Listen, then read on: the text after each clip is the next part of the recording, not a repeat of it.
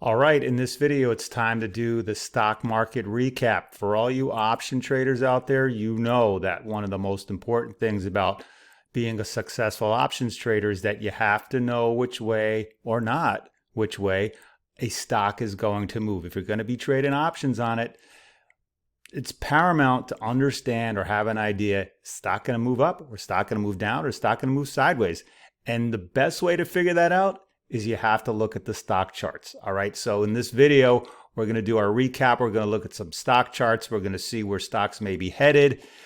And we're going to figure out the game plan. So if you want to, see what I'm seeing, stick around and watch this video. So let's go. All right, everyone, Lee Lowell here from smartoptionseller.com. We help you become a better options trader by looking at the stock charts. We do this free for the community, trying to help everyone here. So let's just jump right in and take a look at the stock charts and see what may be happening and what's happened over the last couple weeks. What we typically do is we always start with the S&P 500 because, in my opinion, that's the best barometer of the market as a whole. And we use the SPY, the SPY, as our proxy for the S&P 500. It's the exchange traded fund for the S&P 500. And it's probably, I think, the most widely traded instrument out there. So we look at it. And so what you'll see in front of you is, if you're new to my channel, you'll know that I use the charts, and in front of you is what you have here is a 2-year look back on the daily chart of whatever stock we're looking at. And I use very minimal technical indicators, even though the chart kind of looks a little messy here. But I have 3 moving averages on the top part here, which is a 20-day, 50-day, 200-day moving average, all simple. And down here is the 14-day RSI. It's an overbought, oversold indicator. I use the 80 level and the 20 level as my thresholds to tell me whether a stock or index is getting overbought or oversold. You can change these horizontal levels to anything you want. The default is, I believe, 25 and 75 is the overbought and oversold indicate the levels, but I bump those out to 80 and 20. You can use whatever you want. And on the charts up here, we draw these channels, these blue lines. These channels let us know which way a stock or index is headed. Okay, the best thing you can do is understand which way a stock or index is trending. The trend is your friend. As long as the trend is moving in a certain direction, it'll stay in that direction until it gets pushed in the other direction. You want to learn when to spot those turnarounds, okay? So we draw these what they're called channels just to give us a visual of which way a stock or index is trending. Okay, so we want to see what's been going on. We look at the indexes first because they tend to lead the market. We use the SPY for the S&P 500. We'll look at the triple Qs, which is the the ETF for the NASDAQ index. All right, so what's been happening? Well, as we know, let's run back a little bit here. In October of 2022, last year, the market finally found a bottom. 2022 was not a good year for the market. Found a bottom in October 2022 and has been rolling upwards since. So it's been in an upwards trend for at least a year now, which is a good thing. So we draw the channels, and what happened just pretty recently in the last month or so, towards the end of October, we had this little dip in the market, and then it just found a bottom right here, right at towards the end of October, and has just been powering higher, which has been a great move. So a lot of people can't understand why the market's been turning higher, but seasonally, the last quarter of the year is typically a very bullish quarter, which I think a lot of people follow, kind of a self-fulfilling prophecy, and the market just tends to go up. And it's gone up pretty big. So here's the 410 level right here, and it just bounced off that level and is closed on Friday, November 17th, just above 450. You can see the numbers over here on the right-hand side of the chart. So why 410? Why did the market bounce here? Well, 410 was, you have to look back and see where the prior support and resistance levels are. If we go back to April and May, and even earlier in the year, you can see this little section right here. There was a lot of activity right around the 410 level on the SPY. So these prior areas tend to act as magnets. They tend to act as, once again, can act as support or resistance depending on which way the market is coming from. and there'll be a lot of activity there, and it'll either bounce or fall through it. So we had this activity here at 410 for about 2 months, and that's, basically where we found some support. Also, out there in the world, there's other news items that help the market, decide which way it wants to go. The Federal Reserve here in the U.S.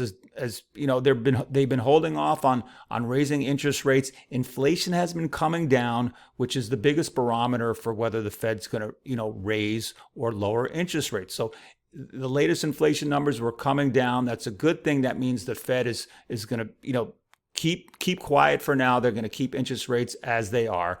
So the market saw that as a good thing, and it just has been rallying from this 410 level all the way up to 450. That's a pretty good move in a short period of time. Now, what I'm thinking may happen here is that the market needs to digest such a massive upwards move. And by digest, I mean it's going to probably trade a little sideways for a while, even maybe have a little bit of a pullback. But I think being towards the end of the year, inflation coming down, I don't think we're going to see any kind of massive crash at this point. What I think is going to happen is, now we have these gaps. If you don't know what gaps are what will appear on the chart from where a market closed one day to where it opened the next day. So here, this is let's see, November 13th to November 14th, is that we had this gap, okay? So what a lot of people like to see and what a lot of markets and stocks like to do is they like to fill those gaps sometime in the future. What does that mean? Well, in this case, the market would have to come back down, trade back down to close this gap and, hit the levels from this bar. So each one of these vertical lines you see here is 1 day's worth of trading from the high of the day to the low of the day. That's called an open, high, low, close bar. So what a lot of people will like to see is for the market to come back and refill these gaps. So a lot of times just markets don't like gaps on the charts. Sometimes they fill, sometimes they won't. So what I'm thinking is that if we have a pullback, it won't be much more than filling this gap here and then continue on higher from there. Or if the gap doesn't fill, we'll probably just see some more sideways activity here, let everybody catch their breath, and then we'll start to see more of an upwards move into the rest of the year of 2023. So the market's been strong, okay? The bulls really reclaimed things here in these last 3 weeks or so. And I don't think they're willing to give that up so easily. So what I think is going to happen is, like I said, we'll go a little sideways for a while, let everyone catch their breath. We're not completely overbought on the RSI, so that's a good thing. So I think we catch our breath here and then go higher. Or if there's a pullback, I don't foresee it falling any lower than 450. Probably a lot of people want to see it pull back so they can get in long, bullish-wise, and then move the market higher. So that's what I'm thinking may be happening for the market for, towards the end of the year, or at least the next couple weeks or so. Let's take a look at the NASDAQ. We'll look at the triple Qs and see how that looks. Okay, I'll let this filter in. We got some prices here. So once again, here's the uptrending channel that started for the NASDAQ. October 22 found a low. We got the support here. We can see the line that we drew long ago for the support, rallied higher. We also had this support line too around 355 on the NASDAQ. Fell through it just like the S&P 500, but it bounced really good. And look at it. The NASDAQ has just about eclipsed the last high here. So the market moved up good, created the gap just as well. And this is what's also called, some people will call this an island. Some people might call this an island top, meaning you'll have a few days here just kind of in no man's land with the gap below. And they're thinking that, it's got to come back down and fill the gap.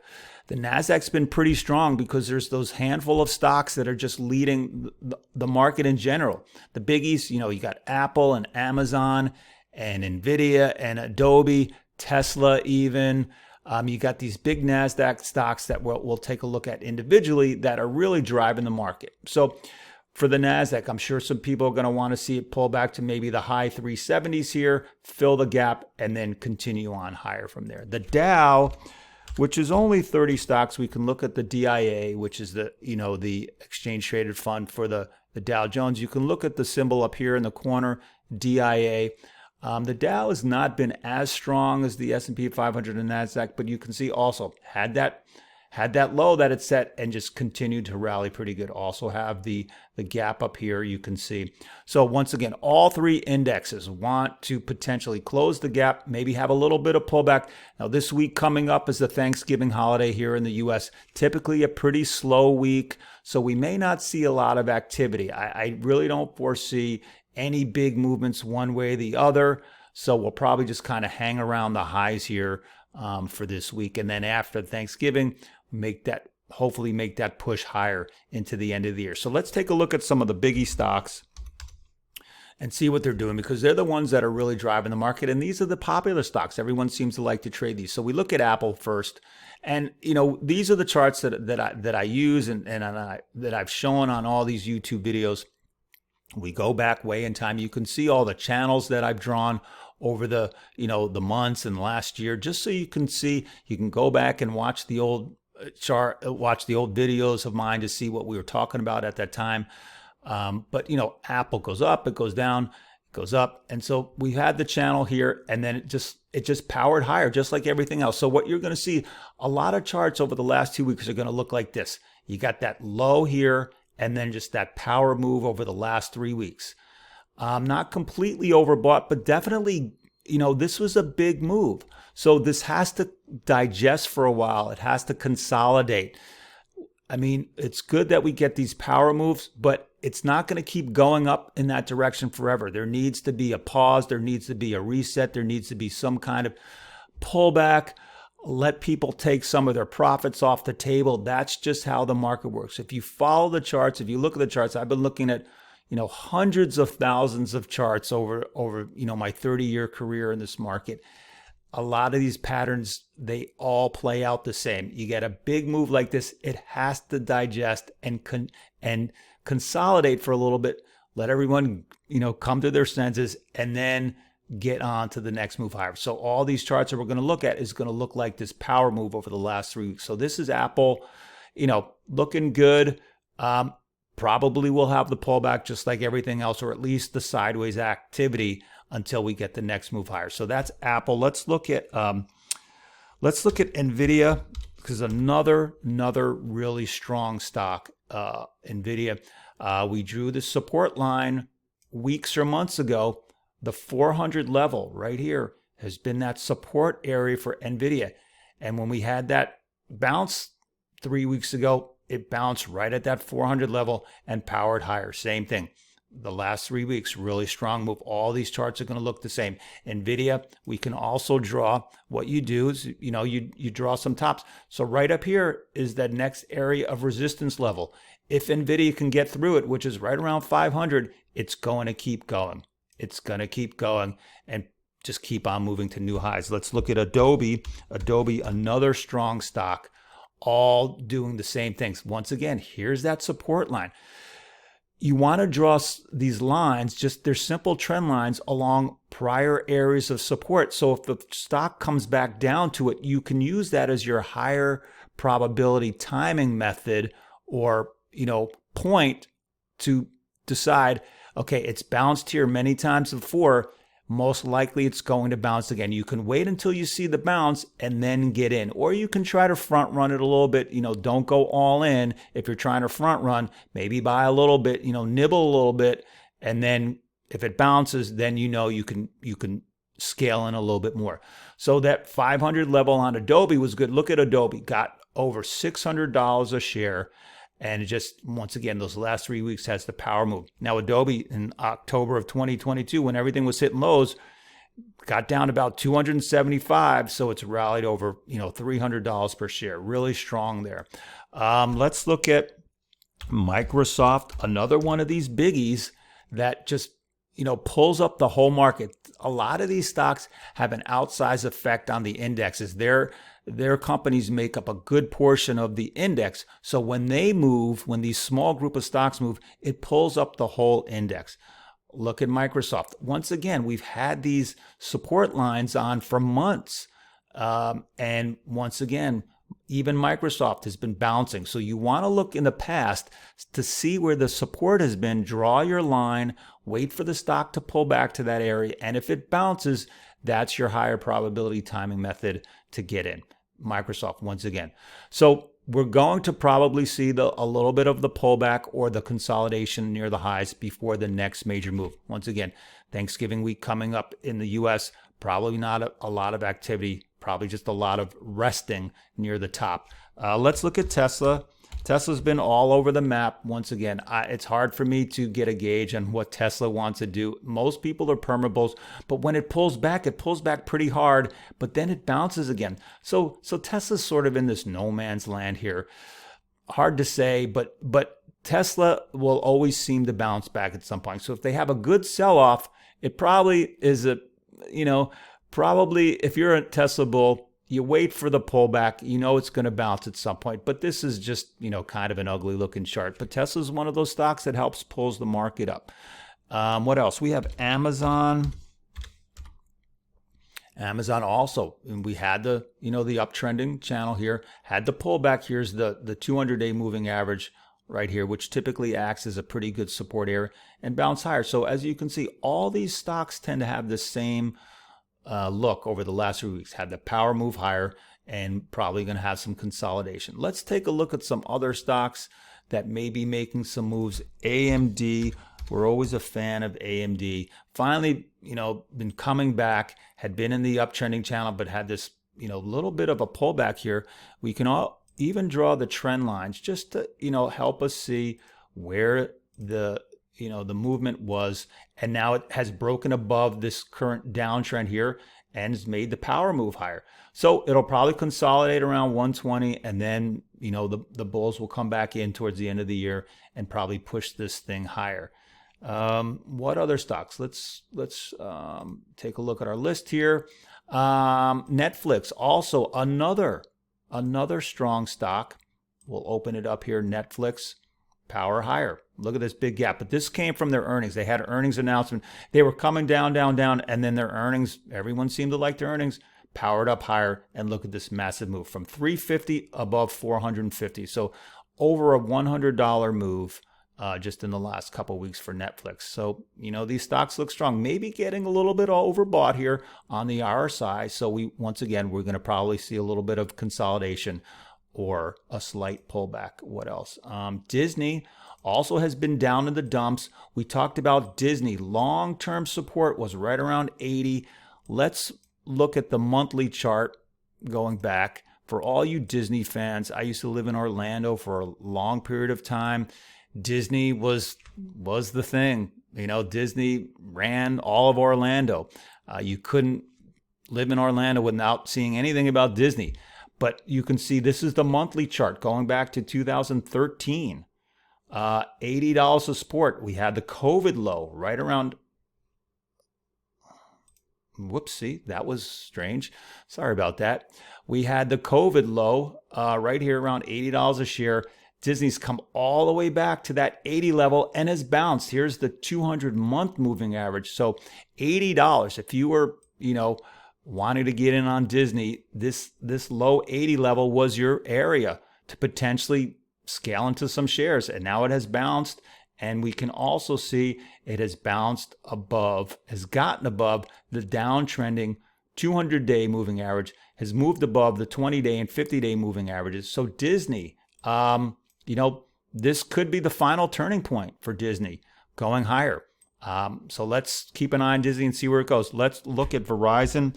I always talk about Verizon. I've always used Verizon as that my gauge for wanting to wait for a stock to finally move higher. I've been a fan of Verizon, but I haven't been able to get in on the long side only because the stock charts have been telling me it's not time to get in. It's just been going down, down, down, down, down. Every time you would probably try to pick a bottom, which we know a lot of people like to do because you want to tell your friends, hey, I got in at the bottom. But every time you've tried to buy a bottom on Verizon, it just keeps going lower, lower, lower. But the good news is, finally, I think Verizon may have finally made that move to potentially start its turnaround higher. The biggest thing is that it's gotten to this 200-day downtrending moving average right here. And it's consolidating around the 200-day moving average and finally moved above it, closed above it this week. So we've got some consolidation here. This could be the time that Verizon starts to move higher. I've been selling some put options on Verizon now. I'm finally starting to get very slightly optimistic here about Verizon, but I'm playing it safe by selling some out of the money put options on Verizon.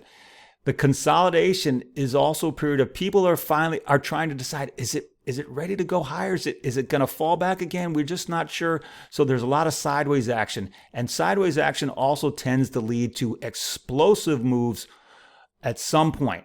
Every time a stock or index will go sideways for a while, it's storing up all that energy for an explosive move. I think that move is finally, it's time that Verizon's going to move higher. So I'm getting ready for that move higher finally for Verizon. Let's take a look through our list here. Costco, another biggie stock that could move the market. So let's draw some trend lines here. We had some support right around the 540 level. We can draw a line here, try to make that as flat as I can, and also right around in the 570s or so. You can see got above it, blasted above it, but we had the false breakout. It's come back down to the this resistance area or the prior resistance. So look at the 577 level. It's probably going to consolidate around here. And if the bulls can get their act together, it will move on back up towards that $600 level for Costco. So keep an eye on that. And the reason why we want to look at the charts is because if you're going to trade options, even if you trade stocks, you want to make sure you know which way the stock is more likely to go than not go. Because if you're making trades and if you're not looking at the charts, then you have no idea, what's been going on. So use the charts as your gauge of when to get in and possibly get out of your trades. McDonald's, it's had a nice move too, that power move. Pepsi, was down in the dumps for a bit, but coming off. We like Pepsi. Where's my Coca-Cola?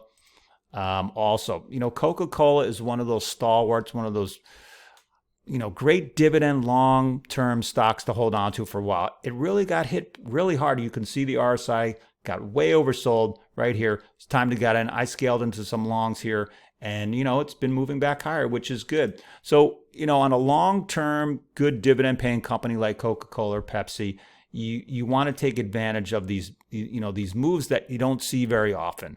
Okay, even if you bought on the lows here, RSI got oversold, and even Pepsi's coming back.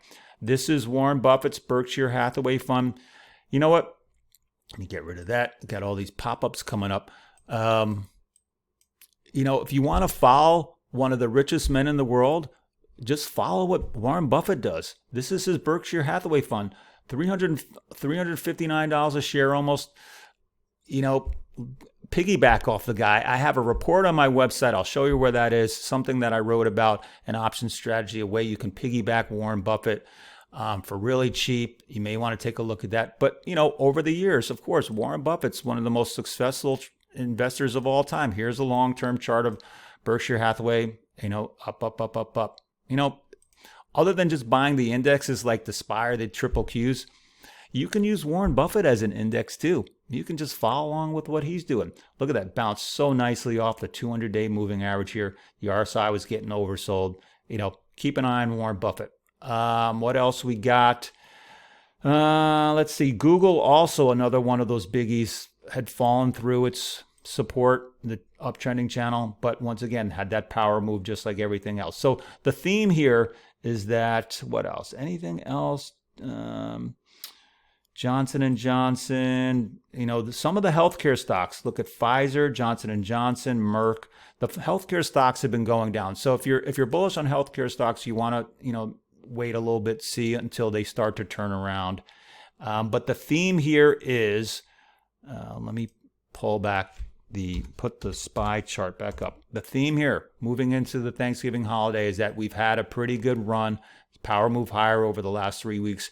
Probably going to get that consolidation, that rest period until, after this week. And then hopefully for those bulls out there, we'll continue on higher or get a slight pullback, which could be the next launching spot for that move higher into the end of the year. All right, so that's it for the chart reading. Let me go quickly bring you to our website, smartoptionseller.com. We're all about selling put options, selling options. That's our thing. We like to take high probability trades, and high probability trades come in the form of selling put options. If you want to learn more about it, go to our website, click on our link here, Put Selling Basics.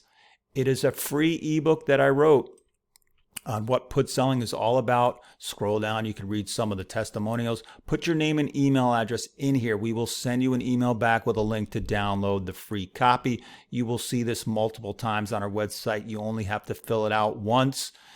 If you want to learn more about what we do, we have some newsletters. You know, we put our what we talk about, we put into practice. We have some newsletters. We have a naked put selling newsletter. We have a put option credit spread newsletter. We have our coaching sessions. We have our probability calculator, and also the Warren Buffett report I was talking about. Click on the shop link right here. It'll take you to the Warren Buffett report. All right. So I hope that's been helpful. Make these videos free for the community. Give me a thumbs up. Give me a like. Leave me a comment here. I will always respond as long as it's, a decent comment. Ask me a good question.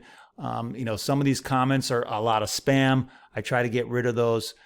Send me an email, ask me questions. I'll try to be as helpful as I can. All right, so that's all for today. I'm going to put some other videos you'll see up on the screen here, some about put selling. You can always go back into our, this YouTube channel, read or watch, I should say, some of the past videos. And down in the links here in the description below the video is some links here that could help you. Got some good websites, got some good books for you to take a look at. All right. Hope everyone has a great weekend and a great trading week ahead. This is Lee Lowell signing off.